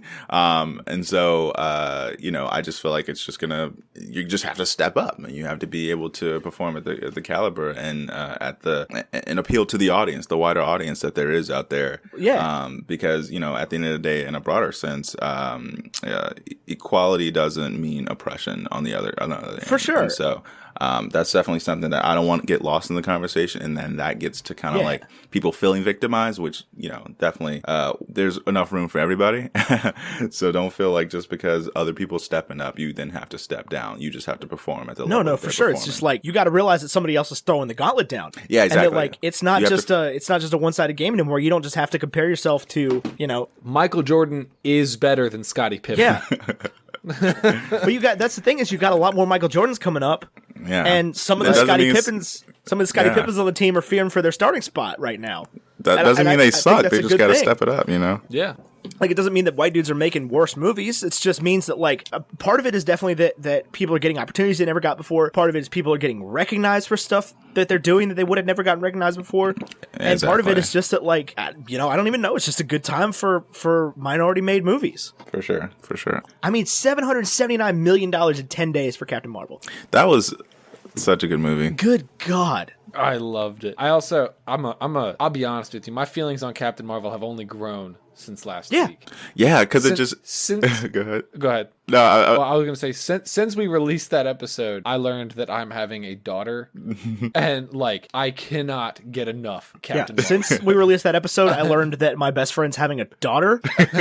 yeah. Since that episode was released, I learned that someone I know is having a daughter. Right. So it's like, And then he gets to have a Incredible. daughter that grows up in a world where that character exists. Yeah. They're like that. Your I've been daughter reading- never has to live a single day in her life not having We're- Captain Marvel to look up to. I know, not having Brie Larson. You know ever what? If since- she grows up and she's like, I'm a huge Iron Man fan. Captain Marvel sucks. That was a bad movie. It's like, I mean, cool, but she had that opportunity. Like, yeah, Right, it was there. yeah, and And as long as she's a Marvel fan, not right. I'm kidding. Actually, I have right. You can't see it, but right next to me is a Wonder Woman costume because she'll be 3 months around Halloween. It's a 3-month size. planning ahead. I mean, Wonder Woman's great too. Yeah, Wonder Woman's awesome. It's just not as good of a movie. No, it's not. But I think there's a lot more rich history of the character with Wonder Woman. There's a lot of more stuff to pull from. Oh, for sure, for if sure. You're looking, If if you're looking at Captain Marvel, who was as in the current iteration, the costumes we see, the character we're looking at, the very idea of this person was in 2012. right, Like for sure. And whereas Wonder I've been Woman's watching Wonder Woman cartoons since I was a child, like Justice Right. League stuff. But it's like, and it's not Wonder Woman's fault. It's not Gal Gadot's fault. It's not the character's fault that like DC just doesn't have as competent of a team around the movie. Like, Well, it's got better reviews. It didn't make as much money, but critically it did better. yeah, but it's not as good. No, I agree. I think Captain Marvel's amazing. for sure. Captain Marvel shook more branches, therefore it got more rotten fruit as well as fresh fruit. Well, yeah, it was so good. I loved it. And now Anyway. it's just kind of like stewing, because you're just waiting for what's next. Oh, I know it's so God, I like cannot it's wait. so far away still. It is over a month. I cannot wait. I'm so like everybody's so nervous. That's the thing is like I'm not nervous. I don't ever get those feelings about these Marvel movies because like there's nothing I can do to change the outcome. Like I do not have that power. So I'm just like I'm excited for it to come out. I'm excited to watch it, but like I'm not nervous for the outcome. It's like if they kill my favorite superhero, like oh darn, those movies still exist. Right. It's not like they lock them up forever. Like well, Thor's dead now. You can never watch Thor Ragnarok ever again. Well, and here's the thing: they may kill OG Avengers, but they're not going to kill these new characters we fall in love with. I'm not worried about Strange. I'm not worried about Spider-Man. I'm not worried about Captain Marvel. I'm not worried about Black No. Panther. Like I think they're all he will safe. get at least one more Guardian that does not make it through. I don't think it's going to be Dave Bautista. I think he's in now. I think it's gonna be Rocket. Oh, God, I hope not. Unless they're bringing Bradley Cooper in for a live action role. True. Hey, you sound kind of That would familiar. be the only way I'd be okay with it. Who would Bradley Cooper play? Ant-Man 2. Fantastic. Mr. Fantastic. Ant-Man 2. Scott is already Yeah, the third Ant-Man. The guy that takes over for Scott Lang. right. You know how bad you have to be Ant-Man's backup? What if they kill else could? what if they kill Ant-Man? Like what No, you know what a who- random listen. thing to do. I know he already exists in the MCU, but I think I truly believe Bradley Cooper would make a good Johnny Blaze. Ghost I Rider. can see it. Ghost Rider's currently in the MCU canon though. I know. I just said he's already there. Oh, I but thought you were saying Bradley Cooper is already in the MCU. Bradley Cooper. Oh, yeah. Sorry. Both of those things exist in the MCU. I know if he wasn't already a character in Agents of S.H.I.E.L.D., and I'm glad that they went that direction with Agents of S.H.I.E.L.D. and brought in like a major character like that, even though I didn't watch it. I think that strengthens the story. I think he would have made a good Daredevil. Or not Daredevil, Ghost Rider. Trying to think of other Marvel heroes. I know they've used so Bradley- many is the thing. Oh, we have the X-Men now, so he could be anything. Oh my god, I do not want another X-Men reboot. Oh, it's happening. There have been 0 X-Men reboots, Ethan. 0 X-Men reboots to date. Not in my All canon. the same timeline. I choose not to acknowledge the garbage that has come out since X3. Same. Okay, be nice to X-Men 2. I refuse to accept the garbage that's come out since X-Men 2. No, I liked 3. That's what I'm saying. That's what I'm telling you, is that 3 was Are you good. talking about was The it? Last Stand? Last Stand? Fortnite. You? Last Stand is No, it gorgeous. was not. All right, Go I'm watch sorry. it again. Fix your life. I'm looking at these Marvel heroes. Is there a villain Bradley Cooper could play that would convince you? There's not a lot of villains I don't know. He'd be like Norman Osborn or something. I wouldn't want to see Bradley Cooper as a villain. I like him too much. No, they can recast Cable. They're gonna have to. Oh boy. I wonder how Josh Brolin's feeling about this whole thing. Why are they going to have to recast Cable? Because it's the same guy. Deadpool's moving to the MCU. No, he's not. Oh, I think he will. I don't think yeah. so. Yeah, he is. We'll see tomorrow. It finalizes tonight. I'm almost certain there will be a post-credit scene involving Deadpool or Wait, Mr. we'll see what tomorrow? The Fox merger finalizes tonight. So I think that there will be Deadpool news tomorrow. And Ryan Reynolds posted on Instagram today a picture of Deadpool and Mickey ears. I don't think that means he's going to be in the MCU. Yeah, I mean, he's definitely owned by Disney now, but I don't know. Yeah, this is where the MCU can do new universes. I'll tell you. Also, yeah, like Deadpool can break the fourth wall. He can definitely break that canon. I think the only, sadly enough, I think the only character in a separate franchise that they could bring in pretty easily without much question would be Tom Hardy's Venom. There's just no presence right now for West Coast Avengers. So they could just be like, oh yeah, that all happened in San Francisco while nobody was there. Right. Well, I mean, Tom Hardy's Venom's part of the Spider-Verse, so... Is that not part of Sony's Spider? I guess he is Sony's Spider-Verse. Yeah, he is Sony's Spider-Verse. That's also Disney now. true? Bradley Cooper for Captain America. Captain America reboot. That's what I Thor, don't want. honestly. I will boycott Marvel movies if they do a Captain America reboot.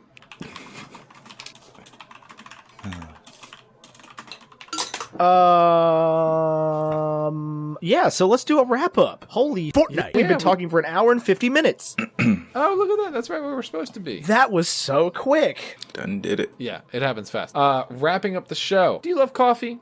I love coffee. Go to carlinbrothers.com and use promo code BACON at checkout for 10% off your order. I don't think you have to go through the other things that we said earlier. But try it and let us know. The link is in the description. Just click on that, and it'll take you there. And then you type in BACON, that's BACON, Bravo, Alpha, Charlie, Oscar, November. I'm going to get it right this week. BACON at checkout for 10% off your entire order of coffee, or tea, or cold brew, which is coffee that's cold and already made. Yeah. Anyway, guys, what did you think of this movie at the end of the day? How does it leave you feeling? Like it was awesome. I very much enjoyed Get Out. I know we went on a tangent there, but Get Out was legitimately awesome. I think that was our most topical tangent ever, though. Well, maybe not the Marvel part, but the whole, like, how do you feel as a person in America part. Yeah, for sure. No, this movie was great. I loved it. Very thought-provoking, and it also just made me feel a lot better by the end of it than I did towards the middle. But overall, I thought it was pretty great. And like the thing is, you take all the race stuff out of it, it's still one of the best horror movies that's come out in the last a long time. Yeah, I would agree with that. Just as like a film, it's very interesting. Even if we had totally perfect race relations, this would still be a banger film. Yeah, for sure. Especially among horror movies. Yeah, just the concept of a family kidnapping people to, transmit their being. And it was not particularly scary, but I've definitely heard that the movie we're watching next week is terrifying. Yeah, I'm very scared. I also think it's probably going to be our least downloaded episode ever. I mean, I don't know about because that. No one's going to see that movie that listens to our show except for Rachel Dickhausen. Yeah, I feel like everyone's going to go in a theater expecting like a Get Out 2, and it's just not going to be that. Nope. Negative, Yeah. Ghost Rider. They are going to be terrified. Yeah. Still super excited to see it, though. You want to hear my thoughts on how much of a little Fortnite I was watching the entire movie? You can tune in next week. I'm so scared. I'm terrified. I'm seeing it opening night. Do you have tickets? Nope. It is probably fine. This is Roanoke, Virginia. There are as many movie theater seats as there are people in this town. But I mean, that's also, I can get tickets. That's not a problem. That's the only time, because Kate wants to go with me, and that's the only time she's available between now and when we record. Awesome. So, is there a villain? All of the family. Everybody except Chris. The whole family. Everybody except They're Chris and Ron. genius. This is some Heath Ledger level shit. The, like, hive mind villain. Yeah. Yeah, it's a The good mom. one. I would say the mom is the mastermind. The big bad, yeah. The mom and the grandfather. Yeah. Yeah. I feel like the dad's almost doing it just to, like, keep the tradition alive, but the mom is just like, she's taking full control. I feel like the dad doesn't even know he's doing it. Yeah, I guess. I think at the end of the day, he's just a guy that loved Barack Obama. I'm pretty sure he's the one doing the surgery.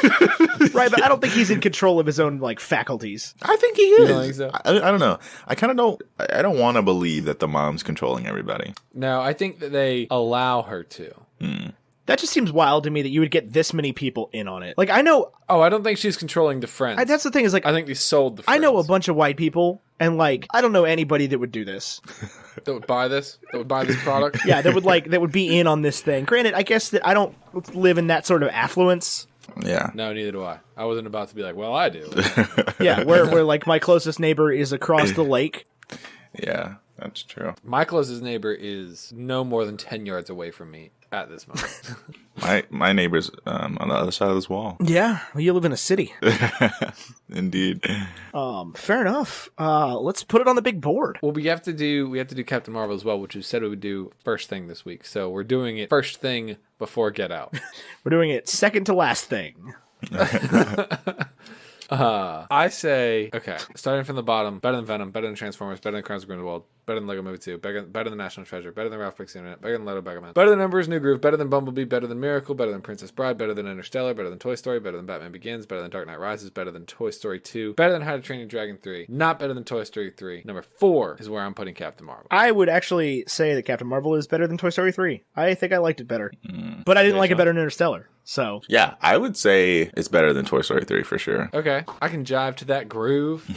A new groove. That's fine with me. I honestly, I feel like there's a little part of me that says Toy Story 3 is sacred, but that's fine with me. So that just puts Jurassic Park and Dark Knight above it. I think those go without my saying. Toy Story stock dropped today specifically. The TV. So true.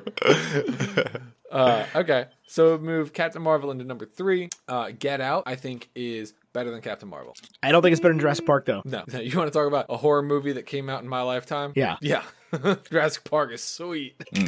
I kind of disagree. I don't think it's better than Captain Marvel. I don't think it's better than Captain Marvel either. Really? Yeah. I thought I was throwing y'all a bone on that. No. It's not. You're not that far off. Like, this is definitely toward the top end of the list. I mean, there's no particular flaw I could find with this movie, But it's not. It's not up there. but it just doesn't. It doesn't make me like. There's not as much joy to it. Yeah. Like, it's got all the punch that Captain Marvel had, but it has almost none of the joy. Yeah. It's a great movie, but it's not like, I don't know. Okay, well, can I drop you down below Toy Story 2? Probably. I think so. That's above Dark Knight Rises. I mean, it's not better than Interstellar. My goal at this point is just to annoy Tyler as much as possible with that. But I tell you what, Ethan, here's what I'm gonna do. I'm gonna send you this link. Where's the chat? Open conversation. I'm gonna send you this link. Okay. Yeah. You can move Interstellar above anything that's not bold. okay, But I'm not gonna look. I can't even open it currently. I'm not looking. My eyes, it doesn't feel good to cover my eyes like that though, so I'm gonna move my hand and rub my eyes because that actually is kind of soothing. I actually do not think I can move anything. Well, you don't drag and drop. You have to delete. Yeah. Add rows, and you gotta adjust alters. But I can adjust the numbers if you just move the thing. I am moving the thing. I'm not looking. I want you to know that I'm not. I know. Come on now. Please tell me I didn't just Fortnite everything up. Oh God. I mean, you can't mess it up that. I can, and I may have. Oh, God. Oh God! Control Z. I did. I fixed it. Okay. I don't know how to add to this list. Where are you putting it? Under How to Train Your Dragon 3. Okay. I will concede some to you, not all the way. But I would say that I would say that it's honestly for me, Get Out's probably right between Batman Begins and Dark Knight Rises. I'm okay with that. How do you feel about that, Vay? I think that sounds good. Sounds about right. Are you adjusting things? I am not touching anything. Oh gosh, what have I done? It was the same reaction I had. All right, breakfast food. Good morning. Bless up. What do we got for breakfast? Chef D, what's for breakfast? Got egg whites, turkey sausage, apple Ciroc. Jesus Christ. That was the heyday. Okay, so if this is a breakfast food, what do we got here? Obviously, there's tea. Oh, yeah. The tea. We didn't mention the tea. We did not mention the tea, but that's okay. When somebody stirs tea around you now, how do you feel? I have never, at no point have I touched the side of a mug with a spoon and not thought about this movie. At no point since I saw this 2 years and 1 month ago. Yeah, seriously. Like, you're drinking tea, I'm just like... It'll be a long time before I forget about that, for whatever reason. And it definitely even happened today. I'm like, am I hypnotized? Am I in the sunken place? The fallen zone? The fallen zone. You guys are being mean to me. Okay, I think... I couldn't remember one simple thing You guys are just coming after poor little Tyler. Okay. I really think we underrated Venom. Underrated? It was a joke. I really think you should just go ahead and put 47 blanks between Transformers and Venom. There's not 47 more weeks in year 2. I do not care. I'm gonna put Captain Marvel in bold. You're not allowed to take it away because there's a chance that down the line we're gonna be like, I think this other thing is better, and there's a chance something will be better, but it can't go below. You know what I'm saying? Right. Those are solid rankings. Right. I got you. I'm with it. Okay. Breakfast food Will though. always be above Toy Story 3. Breakfast fruit. Breakfast fruit. Fruit Loops. Fruit Loops. A cup of Fruit There you Loops. Go. Separately, a cup of milk. Separate but equal. Blank. J.K. Rowling. I'm with the Fruit Loops. I'm with the separate but equal Fruit Loops. Separate but equal Fruit Loops. Jesus Christ. With a cup of tea. 1 cup of Fruit Loops, 1 cup of milk, 1 cup of tea. And a spoon. Spoons. Wow. I'm gonna go with a cup of tea, an English muffin. Explain that. It makes you wonder, but it still can be good on certain occasions. Man, the way you ponder English. Vashaun has a crisis with his English muffins. Duly noted. It makes you want. I'm just gonna leave it right there. I don't even want any more explanation. I just want that. I want that on a T-shirt. It makes you wonder, but it's still good. I'm with that. We've done villain. We've done everything. We've done everything. Look at us. Look at us. We're only 5 minutes over time. That's not too bad. Ethan, that's not bad at all. Fair enough. Vashaun, any last thoughts? I just want to say thank you guys for having me on here. It was a very cool experience. Also loved reviewing this movie particularly. Super excited for our upcoming contest. And you guys are awesome. Thank you. Very much appreciated. Vashaun, where can we find you? You can find me on Instagram at instagram.com/VMBrandon. Actually, that's wrong. At graphite.vmb. That's where you'll find a lot of my awesome designs, including the logo for Bacon and Eggs. Always excited to do work for these guys. Feel free to check it out. Follow me, like, share. And give me feedback. Always looking to do more work, and I'm super excited to share it with you all. Not to be a... You listener can hire Vashaun Brandon to do your graphics. Listen. He is timely. He is good at what he does. He is not prohibitively expensive, and he is available for work. If you need a logo for a thing, or if you need graphic design work for anything, just email him. If he doesn't know how to do it, he will get you in touch with someone. Sometimes I have sent requests to Vashaun for graphics, and he has them back to me within, 14 minutes. That has definitely happened. There was also one time where we were being completely inconsiderate, and he was just like, hey, can you guys send me this stuff the day before, please? We're like, well, no. Holy shit, we are jerks. No, you're totally fine. I was just I was seeing what you were doing on your Instagram, grooving with the post, and I was like, okay, I see what you're doing. And I was like, I messed up their groove. Oh no, you did not throw off the Emperor's Groove. You were fine. I literally think it was the Emperor's New Groove one, wasn't it? I think it was actually. But well, Vashaun, we need one for this film. You can write whatever you want. It's a 1, and you can write whatever you want in the text field. Oh, it makes you wonder. I mean, yeah, I wouldn't go with just it's 1 out of 1. Vashaun thinks it's Fortnite rad. But if you do, I won't be mad. Yeah. But anyway, yeah, so that's everything. Let me go ahead and list my random number of social media handles. First of all, this episode was sponsored, as always, by Carlin Brothers Coffee. You can go to carlinbrotherscoffee.com/discounts/bacon and then enter promo code BACON at checkout. Bacon and Eggs is filmed in front of a very, very, very quiet but live studio audience that says absolutely nothing during the recording process. Just everybody remember that. There's thousands of people sitting here watching us record right now. You can't prove otherwise, listener. You cannot. They are incredibly cooperative, incredibly quiet. They're not even cheering right now. This is awesome. Anyway, you can find me on Instagram at Bacon and Ethan. You can find Tyler on Instagram at AmeriCarlin. You can find the podcast on Instagram at Bacon and Eggs Pod, and there will be a giveaway starting today. It's live right now as you're listening to this. Person who's listening to it today. If you're listening to this episode in 12 months, you missed it. Sorry. Shame. But shoot us a DM and be like, hey, you should do another one of those cool giveaways with the hand decorated microphone. And we're gonna be like, what? And then it'll take we'll remember that we did it, and then we'll do another one. It'll be rad. Anyway, Thank you for listening 12 months down the line. Thank you for listening today, March 21st, when this episode comes out. I just did math in my head. I added 19 plus 2. I'm proud of myself. Anyway, you can get in touch with us at baconandeggsmedia@gmail.com if you need to get in touch with us for whatever reason.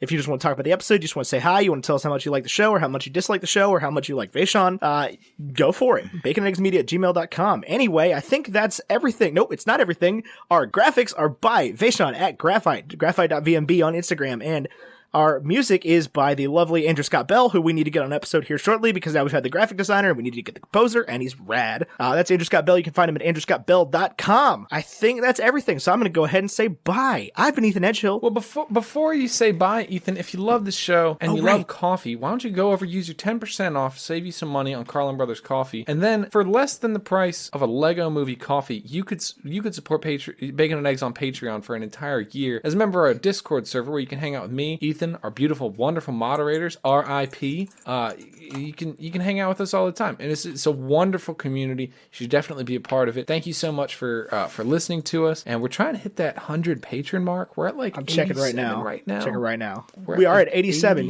87. So we just need 13 more. I know there's more than 13 of you that listen to this show that are not current patrons. It would mean a lot to us if you could help us out. If you find value in this show, we put a lot of heart and soul into this. And to me, I think it's worth more than a cup of coffee for the podcast that I listen to in the car on the way to work. And it would just mean the world to us if you could help us out. I made the pledge today to support some of my favorite podcasts. Did you? I indeed? Who you pledged to? My brother and me, and the Adventure Zone. They're doing the Max Fun Drive right now. So it all goes through MaximumFun.org. They use their own proprietary NPR-style pledging service. Nice. But anyway, so I supported that, and you can go support the podcast that you love. And if that's not us, then tell us how we can become the podcast that you love. And if it is us, please do that. Anyway, I think that's it. I've been Ethan Edgehill. He's been Tyler Carlin. Him over there has been Vashaun Brandon. And until next week, arrivederci. You have one job. I know.